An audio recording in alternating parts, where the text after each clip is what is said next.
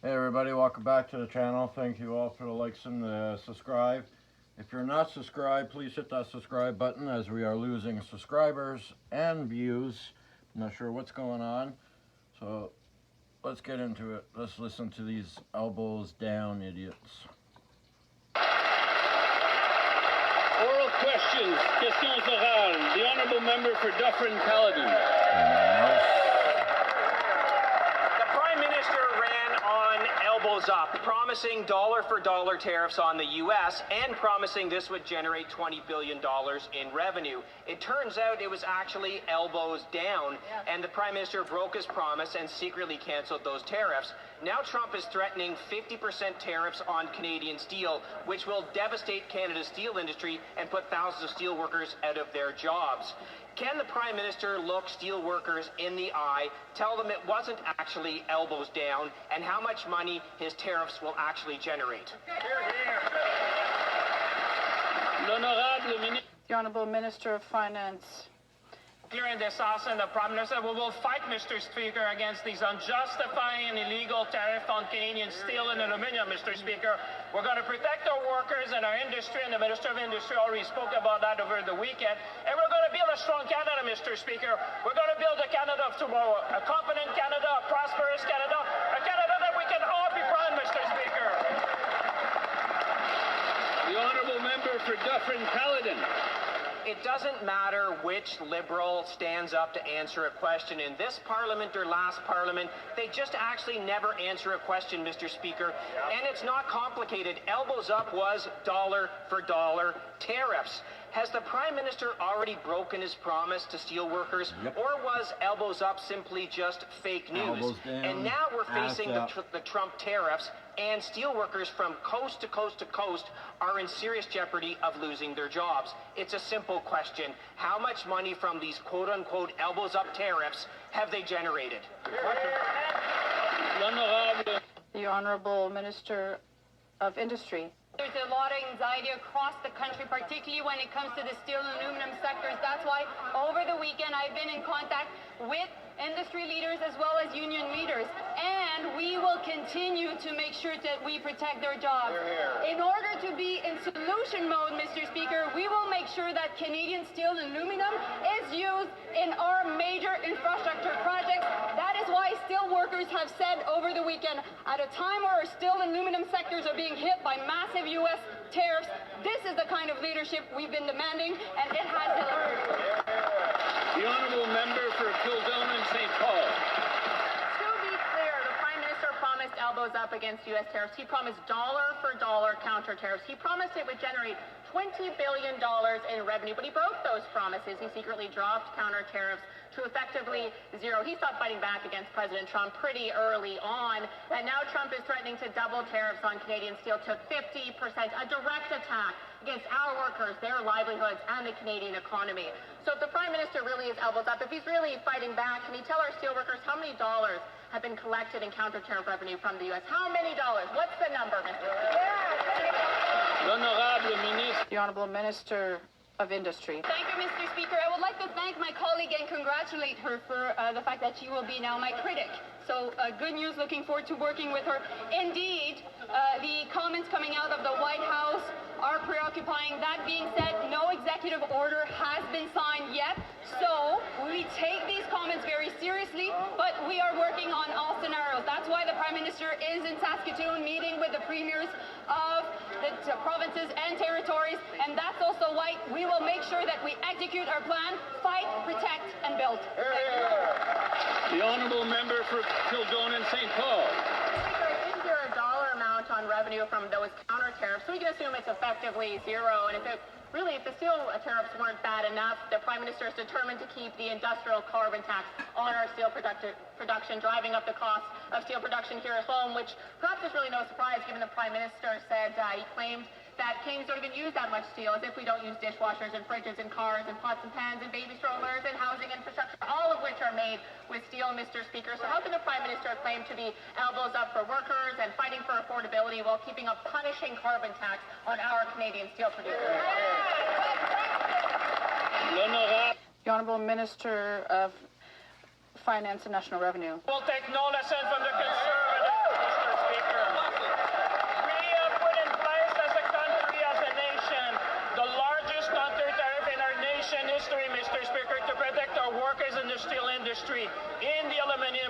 industry, in the forestry sector, in all the sectors of our economy to defend our workers and our industry, Mr. Speaker. We should all in this room, in this House, stand broadly to defend Canadian workers, defend Canadian industry, and build Canada strong. That's Canadian, Mr. Speaker.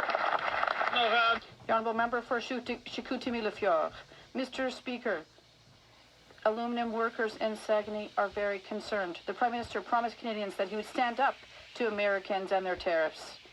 And now Mr. Trump is threatening to slap once again a 50% tariff on aluminum. Meanwhile, the Liberal government has reduced tariffs on American products to almost nothing. But the Prime Minister told us he would collect $2 billion. Can Saguenay workers know how much the Prime Minister has collected in counter tariffs to date? The Honourable Minister of Industry. Listen, I understand the anxiety that my colleague has expressed, and this is throughout the aluminum sector, and that's why over the weekend I went to the Aluminum Summit Sunday evening in Montreal to meet with not only industry leaders, but also to talk with the union leaders. We're going to continue to support our aluminum sector in Quebec, and we're going to use aluminum and Quebec steel and Canadian steel in our infrastructure projects. We're going to create jobs, we're going to protect these workers, and we're going to be able to defend our country against this injustice from the White House. The Honourable Member for Chicoutimi-Le-Fjord. Mr. Speaker, many Canadians voted for this Prime Minister thinking he would stand up to Mr. Trump. But it didn't take long for him to remove the counter tariffs on American products. Then he said he would be more fiscally responsible, but he presented spending forecasts that even outstripped those of his predecessor. He talks like a conservative, but governs like Justin Trudeau. He says one thing and then does another. When will this Prime Minister stop talking out of both sides of his mouth? The Honourable Minister of Finance and National Revenue. I'm surprised to hear my colleagues' comments. He should be proud that our PM standing up to the President. We did not capitulate. We're standing up to defend workers in this industry. We know how important the aluminum industry is in Quebec.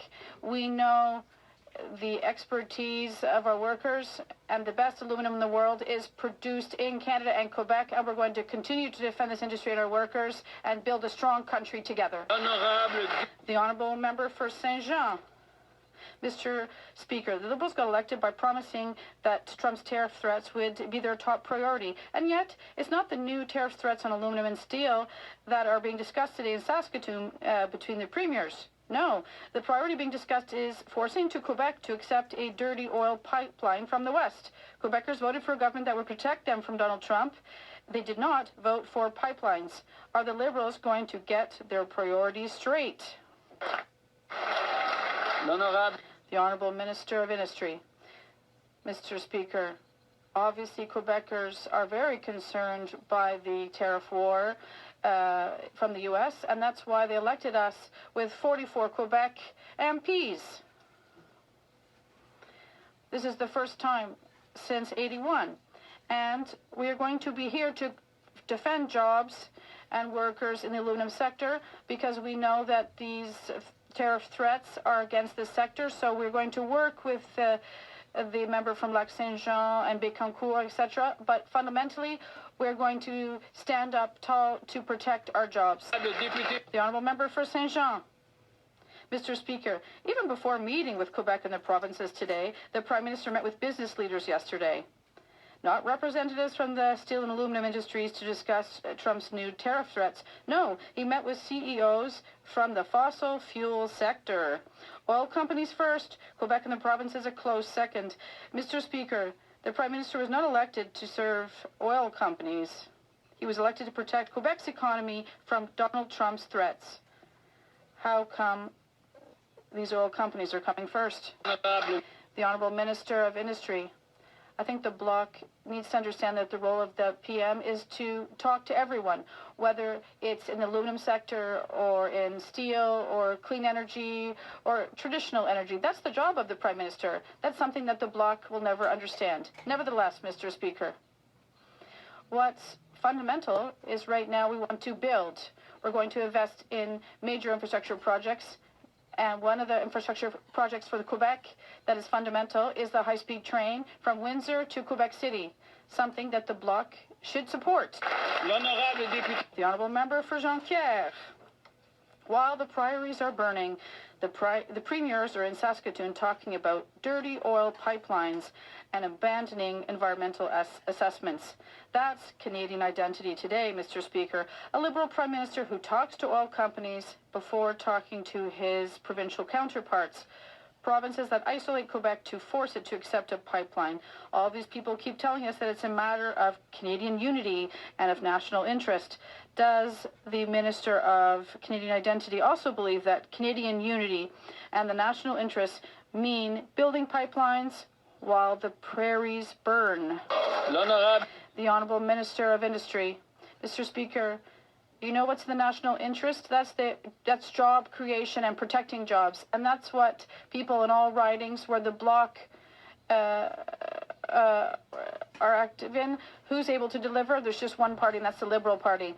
And there's only one government that can protect and create jobs, and that's us. We're going to do this by working with the Quebec government, of course, and traveling with the provinces. But it's fundamental in this tariff war to fight against this White House rhetoric and to create jobs at the same time. Honourable member for Flamborough, Glen Brook, Brant North. Thank you, Mr. Speaker. The Prime Minister promised elbows up, promising dollar-for-dollar tariffs on the U.S. that would collect $20 billion. The Prime Minister broke that promise, giving Canadians elbows down when he dropped the tariffs on the U.S. to effectively zero. Now Trump is threatening to double tariffs on Canadian steel to 50%, attacking Canadian workers, their jobs, their livelihoods, and our industry. Can the Prime Minister tell our steel workers how much has been collected from tariffs on the U.S.? The Honourable Minister of Finance and National Revenue. The member on the other side is misinformed, but let's talk about the great things we've been doing for Canadians lately. Mr. Speaker, last week we introduced as the first thing in this House a tax reduction for the middle class, Mr. Speaker. 22 million Canadians will benefit from that measure, Mr. Speaker. Not only we did that, but we also make sure that we remove the GST for first-time home buyers on their first house up to $1 million, Mr. Speaker. Those are measures that makes a difference in the life of Canadians. Those are measures that makes a difference in every region of Canada. Those are measures that build a Canada strong, Mr. Speaker. The honourable member for Canada strong. Glen Brook, Brant North. Did you hear that, steel workers in Hamilton? Not a number in that arrogant answer. Well, I don't think that's surprising, given that this is a government whose Prime Minister believes that Canadians don't actually use steel in their daily lives.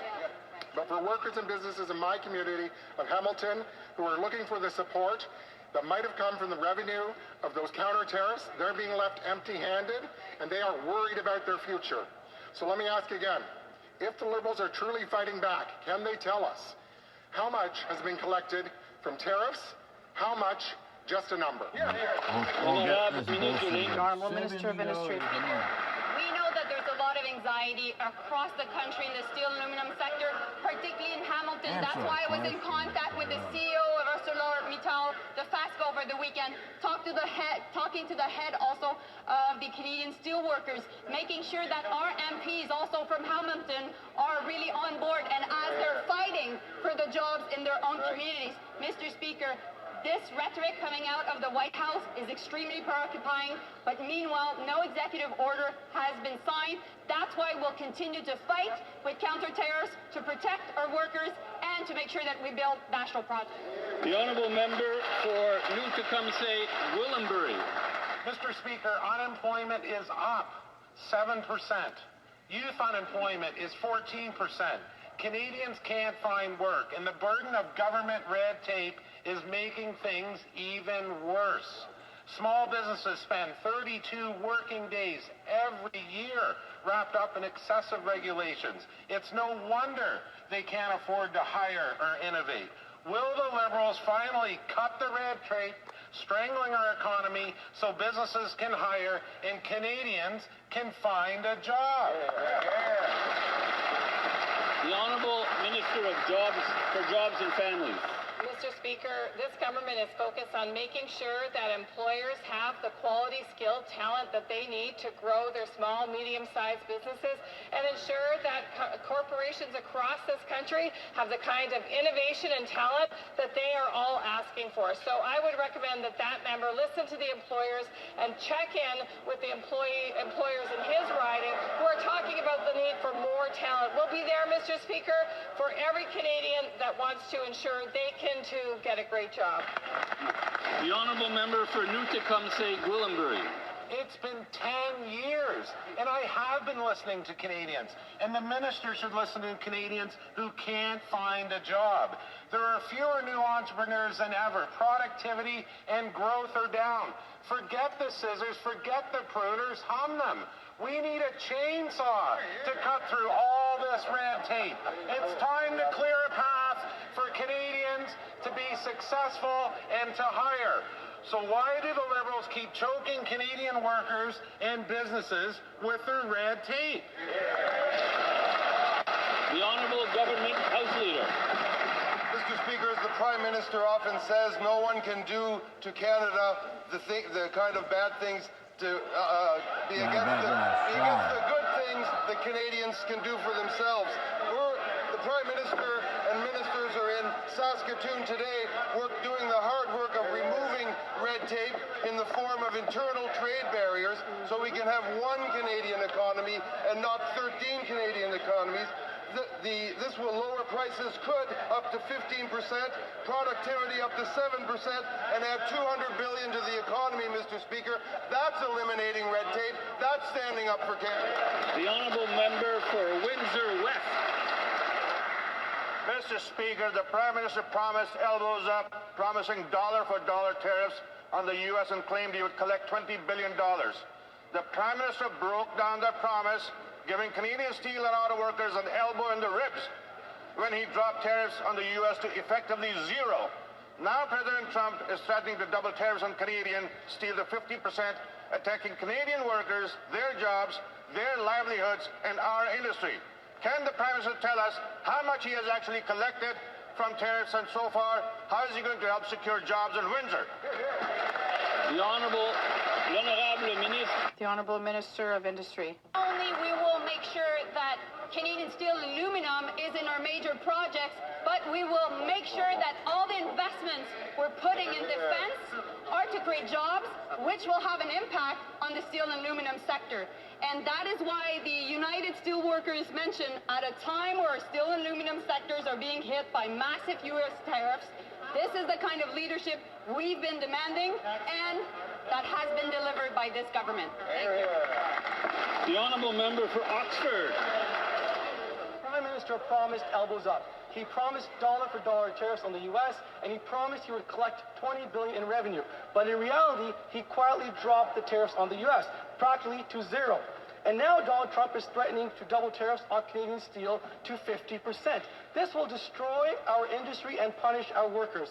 Since the Canadian tax revenue was supposed to support Canadian steel workers, can the Prime Minister tell us how much has he collected so far for jobs in Oxford? And just give us just the number.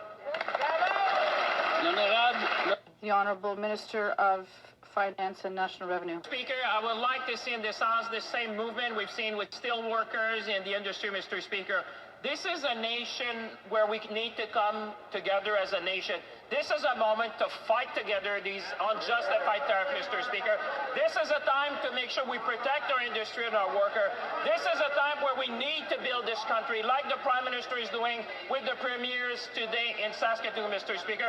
I just wish in this House that everyone would stand up to defend our industry, defend our worker, and build Canada strong, Mr. Speaker. The honourable member for Oxford. They can't give us a number. And now Trump's 50% tariffs on steel will shut down our plants across our country. Thousands of jobs are on the line. Layoffs have already started in Oxford. There is anxiety on our floor shops and our kitchen tables. And it's not just Trump's tariffs that are killing jobs, it's also the Liberal industrial carbon tax. If the Prime Minister can't get a deal with Trump on tariffs, we'll at least give our workers a fighting chance. Remove the Liberal industrial carbon tax today. The Honourable Minister of Industry. we know that we need to make sure that we fight back with strong counter tariffs against this rhetoric coming out of the White House. But you know what, Mr. Speaker, our strategy has been working. There's only 2 countries on earth that have put counter tariffs against tariffs by the Americans, China and us. And by the way, today the U.S. Chamber of Commerce said that this threat of 50% tariffs in the steel and aluminum sector was completely unacceptable. We will work with our allies within the American society, and we will make sure that we fight back. The honourable member for Abitibi-Témiscamingue. Thank you, Mr. Speaker. The elections have once again proven that Indigenous people are treated as second-class citizens federally. In Abitibi Bay James Nunavut, the Inuit were unable to vote. It has been reported that in at least 6 communities, polling station opening hours were not respected. In Avujivik, the office was never even opened. No one was able to vote there. If this had happened in Toronto, it would have been a scandal. But in the north, it's tolerated. Does the Minister to Indigenous Services think it's normal that the Inuit were denied their right to vote in this way? The Honourable Government House Leader. Elections Canada is an independent agency and, in fact, one of the best in the world. And it protects our democracy very securely and efficiently. If there are issues in terms of the election and how they were conducted, well, questions should be brought to them. The honourable member for Abitibi-Témiscamingue. Mr. Speaker, Elections Canada has taken away the Inuits' right to vote, the most fundamental right in a democracy. This is completely unacceptable, yet it is accepted. No one's talking about it. We cannot condone this harm caused to the Inuit by Elections Canada, whether it's through incompetence or negligence. What will the minister do to ensure that Elections Canada reveals everything that happened, and what measures will they take to ensure that this never happens again in their riding or elsewhere? The Honourable Government House Leader. Mr. Speaker, like the member knows full well, if there are issues, these concerns can be brought, as all Canadians can do, they can bring their concerns to Elections Canada, and I'm sure that this independent agency, which is the pride of our country, will try to answer these questions. And the right to vote is obviously the most fundamental right for Canadians, and we fight for it every day here in the House. But Elections Canada is in charge of conducting our elections. They do a good job, and they will be answering these questions. Honourable member for Kitchener Centre. Mr. Speaker, the Prime Minister introduced his first spending bill. The Liberals increased spending by 8% after promising to keep it below 2%. Spending on consultants alone increased by more than 36%. To an unprecedented $26.1 billion. Now, every Canadian household has to pay $1,400 per year in taxes just to pay for well-connected Liberal insiders. Liberal spending drives inflation. When will they spend responsibly to ensure Canadians and residents of Kitchener Centre never have to decide between filling the refrigerator or putting... The Honourable President of the Treasury Board.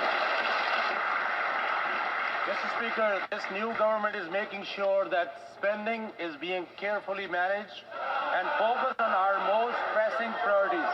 In 2023 and 24, departments started reducing spending on professional and travel services by $500 million.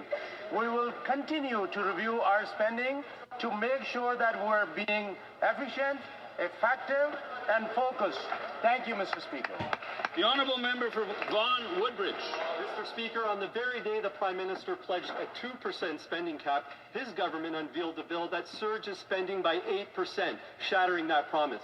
Consultant fees skyrocketed by 36% after they promised to cut them, costing Canadian families $1,400 in additional taxes. While households are forced to manage their budgets, this Liberal government acts unchecked, putting jobs at risk.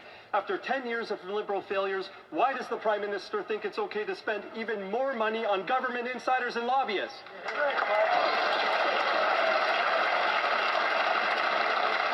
The Honourable President of the Treasury Board. Mr. Speaker, I just talked about our spending reduction, but also let's talk about investment in the mains. It includes important funding to support dental care, the Canadian forces, and border services. This new government is investing in Canadians to build Canada strong. Thank you, Mr. Speaker. The honourable member for Windsor-Tecumseh. Here, here. Mr. Speaker, a new Prime Minister, but nothing has changed. He's proposing the same spending that will cause the same painful consequences for Canadians. People in the auto industry in Windsor, Ontario, are worried about losing their homes if they are laid off.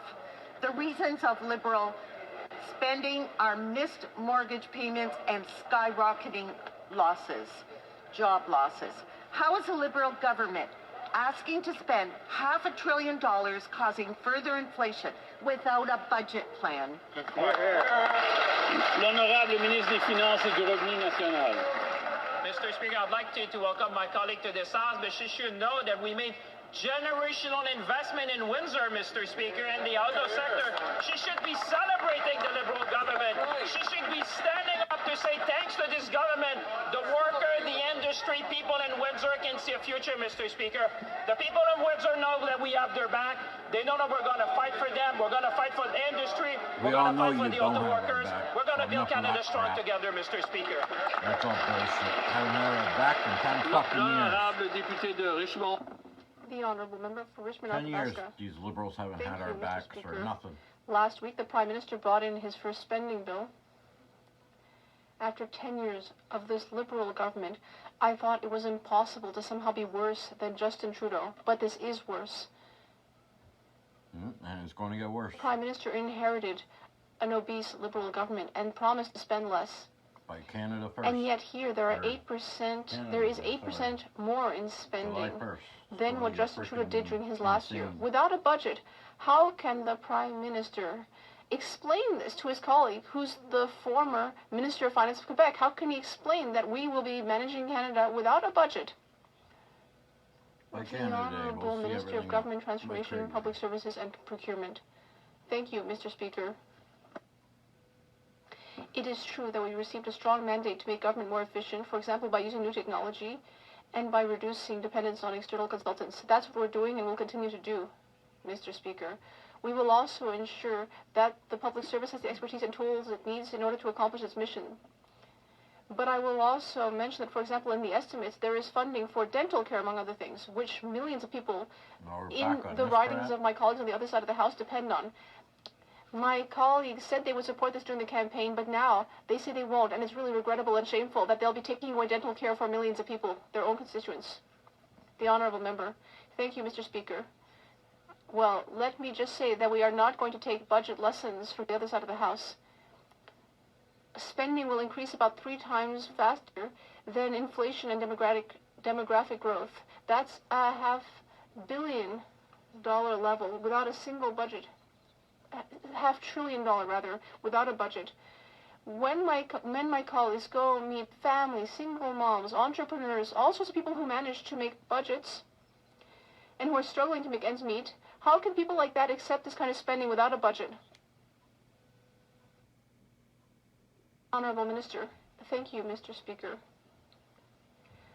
Well, I'd like to thank my constituents, but it is amazing to see the Conservative selective amnesia, because just a month ago they were unable to put out a costed budget, even though they had been a costed platform rather, even though they'd been asking for an election for years. They had plenty of time to prepare, but then they produced a platform that wasn't worth the paper it was printed on. What would my colleague tell his constituents when he's going to vote against the dental care plan, which recently was opened up to people between 18 and 64, which will open up dental care to millions of Canadians? He should be ashamed to vote against that. The honourable member for Winnipeg North. Thank you, Mr. Speaker. My question is for the Secretary of State for Rural Development. Mr. Speaker, yesterday I had the opportunity. Sorry, couldn't hear the member. Would the member like to start over? I still can't hear the member. So.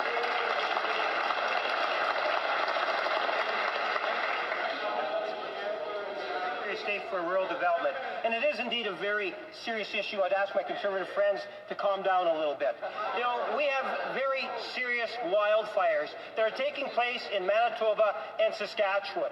Victims of this fire, Mr. Speaker, are having to be evacuated from rural communities in our prairies by the thousands. This is a very serious issue. I want to compliment the efforts of the firefighters and the first responders for doing a fantastic job. Can the Secretary of State explain what it is the federal government is doing? The Secretary of State for Rural Development. Thank you very much, Mr. Speaker. It is a very serious matter. And I was home in Saskatchewan this weekend, and I met with the Premier. We had a very good press conference. I met with Métis Indigenous leaders. I met with local leaders, and I met with a lot of different groups, including the evacuees that are struggling with this during this very challenging time. I want to say that many of my constituents were forced to flee their homes, and certainly our prayers are sent out to them. But I'll say quickly that the federal government is ready to assist. Mr. Speaker, we'll be there for Saskatchewan, we'll be there for Manitoba, we'll be there for all of Canada. The honourable member for Foothills. Knocking on doors at met Foothills families who are in tears because they're losing their jobs and they're losing their businesses because of the Liberal attacks on Canadian energy. These are small business owners who employ hundreds of thousands of Canadians right across this country. They need real action, no more political games. Like the provinces, they want to build because pipelines mean paychecks, mean a growing economy, and energy independence. So why are the Liberals the only holdout? The Prime Minister is meeting with premiers in Saskatchewan today. Will he approve a pipeline at that meeting? The Honourable Government House Leader.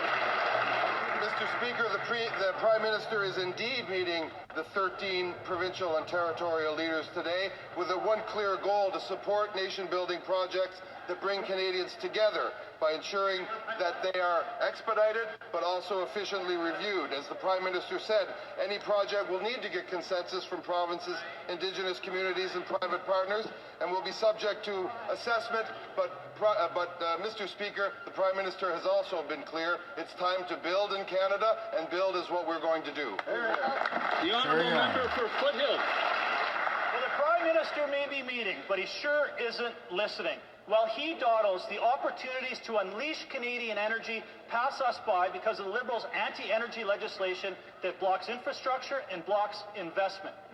Like the provinces, they want to build. Canadian workers want to work. Canadians want energy independence, but C-69 blocks pipelines, 48 blocks shipping. The job-killing carbon tax, or the industrial carbon tax, is punishing our energy sector. Will the Prime Minister end his attacks on Canadian oil and gas and repeal his anti-energy legislation today? The Honourable Government House Leader. Mr. Speaker, we were served another reminder just this weekend of the threats that we face in terms of trade around the world. This government will fight, protect, and build. This Prime Minister is in Saskatoon today with 13 provincial and territorial leaders to build one Canadian economy, not 13. And yes, Mr. Speaker, we intend to build this country. We intend to build major national projects in this country, and we intend to put Canadian steel, Canadian aluminum, and Canadian workers to work building the country that we live in. The honourable member for Edmonton Northwest. The Prime Minister is meeting with provinces in Saskatoon today. The consensus is clear as the call to build pipelines and energy infrastructure becomes louder and louder. The only one standing in the way is the federal Liberal government. Building energy projects means a stronger Canadian economy, less dependence on the United States, and powerful paychecks for Canadian workers. Will the Liberal government approve a pipeline at the meeting in Saskatchewan today? The Honourable Government House Leader. Mr. Speaker, the Prime Minister has been very, very clear, and I don't know if my friends across the aisle have heard it quite clearly. Certainly Canadians heard it in the last federal election when they returned a Liberal government with a very, very clear mandate. That is to fight for this country, fight against trade threats from other places, protect the citizens of this country, protect, yes, our natural resources, protect our workers, but also, Mr. Speaker, to build this country, to build major national projects. That's what's on the agenda today in Saskatoon, Mr. Speaker. The honourable member for Edmonton Northwest. Mr. Speaker, we hear a lot of rhetoric from this Liberal government about making Canada an energy superpower, but their commitment to job-killing anti-Canadian energy legislation holds back our potential as a nation. The actions needed today are to repeal the No New Pipeline C-69, repeal the shipping ban C-48, repeal the job-killing oil and gas production cap, repeal the industrial carbon tax. So will this Liberal government take action today, the action needed to repeal their anti-energy agenda? The Honourable Government House Leader. Once again, Mr. Speaker, I don't know how we can be much more clear. The Prime Minister convened the 13 provincial and territorial leaders today with the express purpose of discussing with them the kind of major national nation-building projects that this country can consider undertaking.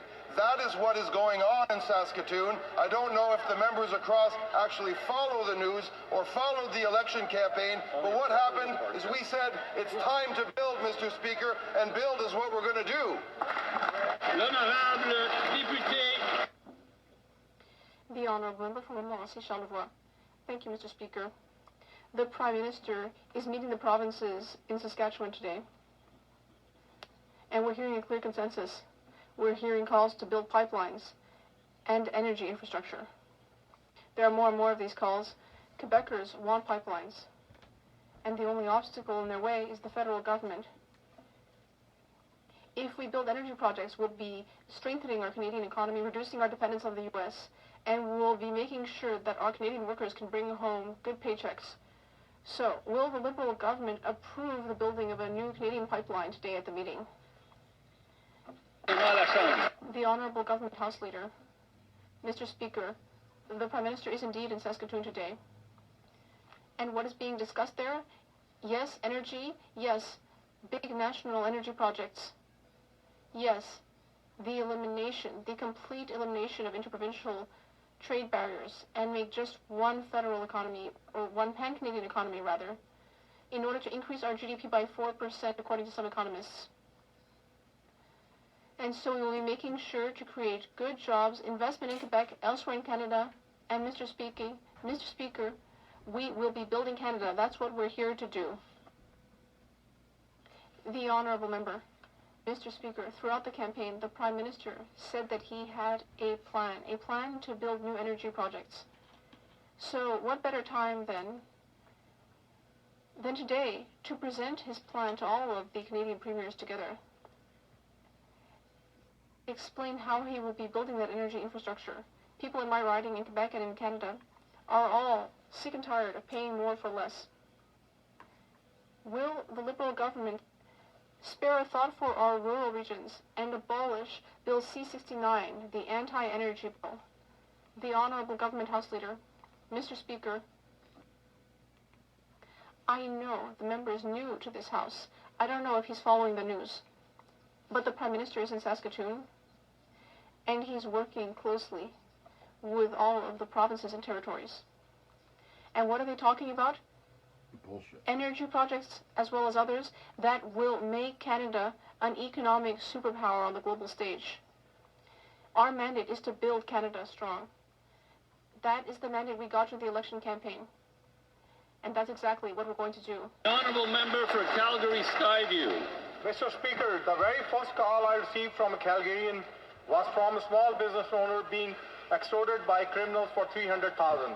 Extortions in Calgary, Brampton, and Edmonton are on the rise and only getting worse. Under these Liberal extortion cases are up 357%. Liberals voted down Conservative Bill C-381 to tackle extortion. The bill sets mandatory minimum penalties for extortion after Liberals took away penalties in their soft on crime bill C-5. Will the Prime Minister work with Conservatives to adopt Bill C-381 to crack down on violent extortions? The Honourable Secretary of State for Combating Crime.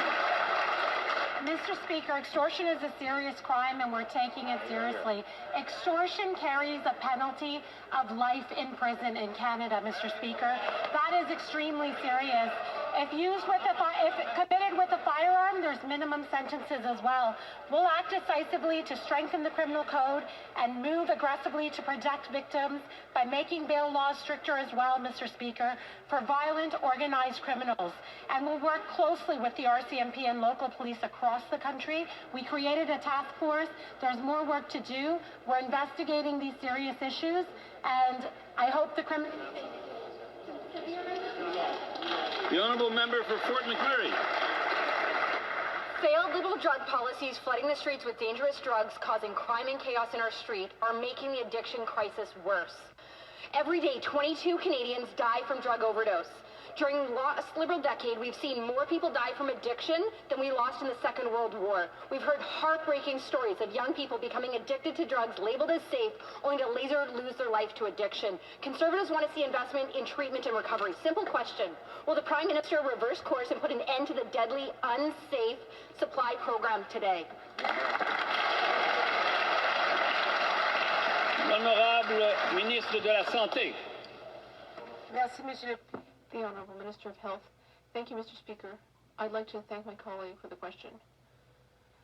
Well, Mr. Speaker, as you know, this situation affects Canadians, and my department and I are closely considering the question, and we will be looking for solutions. Thank you. Member for Fort McMurray. Fentanyl is 100 times more potent than heroin, and as little as 2 milligrams can kill a person. Through the last Liberal decade, Canada has become a fentanyl manufacturing hub, with Breaking Bad-style super labs popping up across the country. Mass fentanyl production is mass murder. But Liberal laws let these monsters who traffic the deadly drugs walk free. Conservatives are proposing mandatory life sentences to those involved with trafficking, production, distribution of more than 40 milligrams of fentanyl. Will the Prime Minister take real action and give life sentences to the drug kingpins committing mass murder? The Honourable Minister for Public Safety. Mr. Speaker, fentanyl has impacted every single community in North America, and I know that we see the impacts of fentanyl and its use have killed so many young people. That's why we listed 7 cartels as terrorist entities under the criminal code. I'm working closely with Kevin Brasseau, Canada's fentanyl czar, at home and abroad, to put a laser-sharp focus on dismantling fentanyl rings. We will put those who profit from this drug behind bars, Mr. Speaker. We will always be there to protect Canadians. There you are. We have to protect ourselves. The Honourable Member for Madawaska-Restigouche. Government doesn't want to do it, we'll fucking Mr. do Speaker, it. Francophone immigration plays an essential role in strengthening minority Francophone communities throughout the country. It's also important for supporting economic growth, and that's why I'm proud to say that we have set ambitious goals for the years to come. 8.5% for 2025, 9.5% for 2026, and 10% for 2027. Can the Minister of Immigration, Refugees and Citizenship tell us about what the government is doing to support Francophone immigration? Thank you. The Honourable Minister of Immigration, Refugees and Citizenship. Thank you, Mr. Speaker. I would like to thank my colleague for his question and his hard work on Francophone immigration. Last year, we exceeded our Francophone immigration target for Francophone immigration outside Quebec, and we are determined to support the strength and long-term growth of Francophone communities outside Quebec. That's why our new government will establish a 12% objective for Francophone immigration outside Quebec by 2029. Thank you. Member for Brantford, Brant South, Six Nations. Mr. Speaker, the Prime Minister just handed the keys to his government to Marc-Andre Blanchard, Trudeau's UN ambassador and now his chief of staff. This is the guy who wants to invest in filling oil and gas and do it.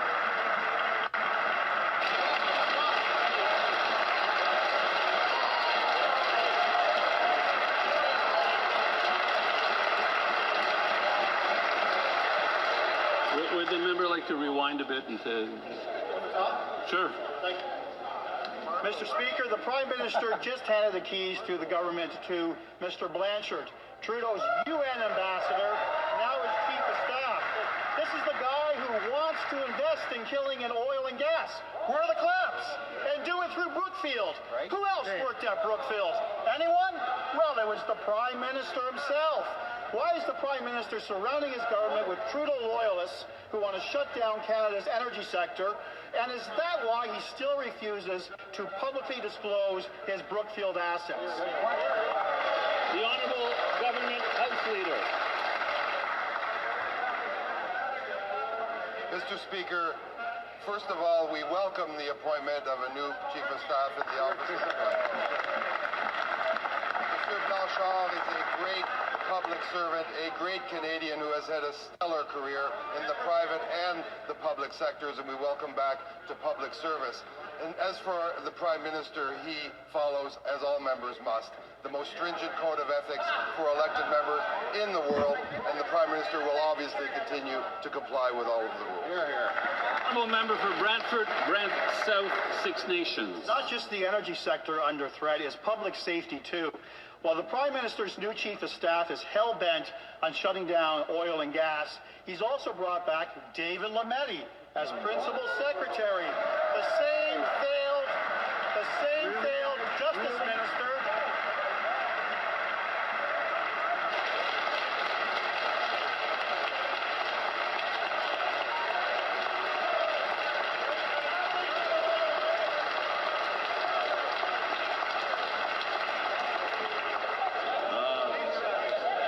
Can start from the top on that.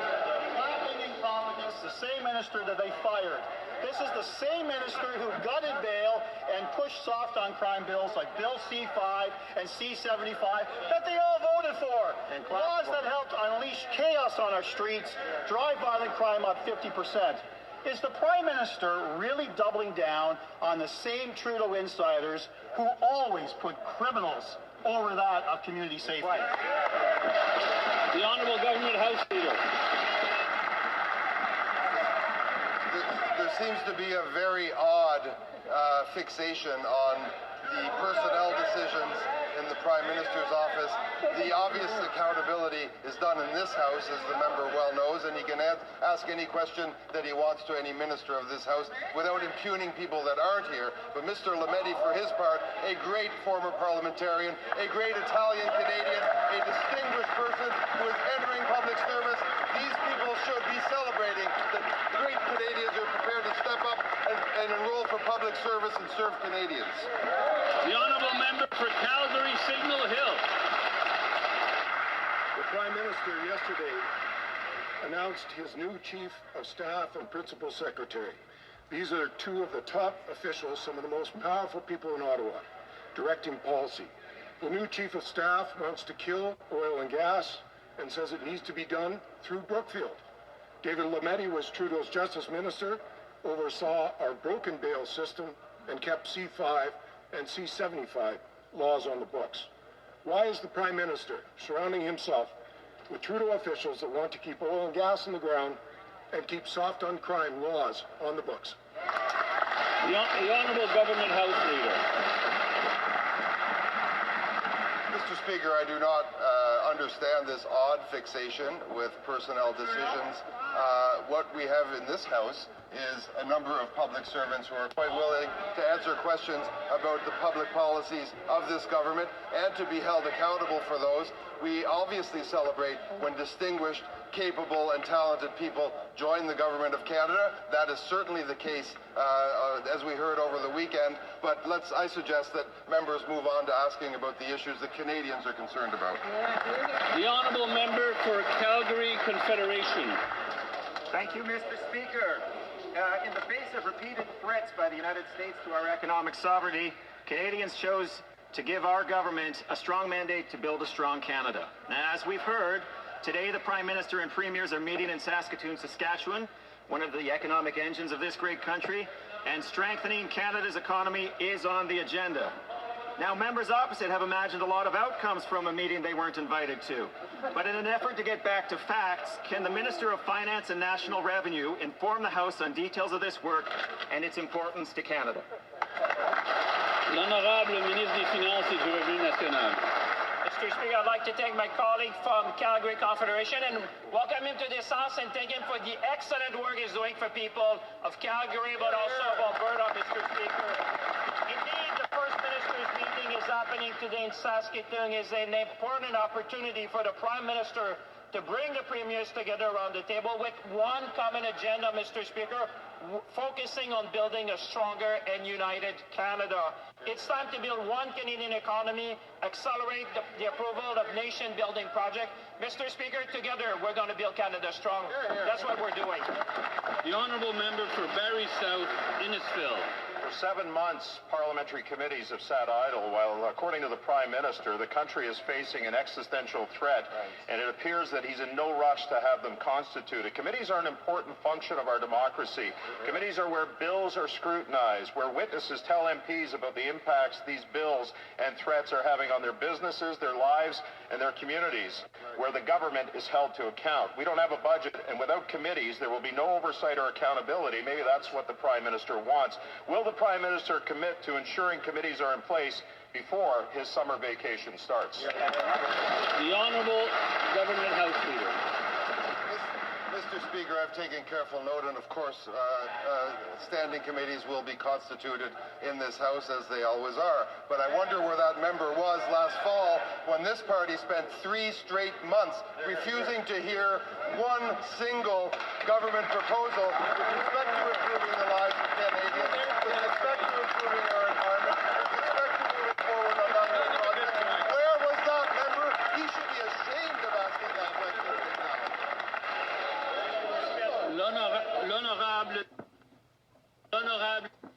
The Honourable Member for Rosemont-la-Petite-Patrie. Mr. Speaker, for 20 months, the Netanyahu regime has been mercilessly bombing Palestinians in Gaza. 54,000 are dead, including 15,000 children. Hundreds of thousands of people have been wounded. Hunger used as a weapon of war. Hospitals have been bombed. Families have burned alive. Once humanity said never again, but today it's happening again under our very eyes. The Prime Minister stood with France and the UK to say that if this didn't stop, he would not remain idle. On behalf of all of the children that have been murdered and mutilated in Gaza, will the Liberals prepare sanctions against Netanyahu and his cabinet? The Honourable Secretary of State for International Development. Mr. Speaker, Canada is deeply concerned by the renewed escalation in Gaza. These attacks put the lives of countless civilians in danger. We urge both parties to remain committed to ceasefires, save the preventable loss of countless lives. Essentials, foods, electricity, fuel, and medical supplies must never be used as political tools. We call for the immediate and unimpeded flow into the Strip and for the release of all remaining hostages. Thank you, Mr. Speaker. And that does it for today's question period.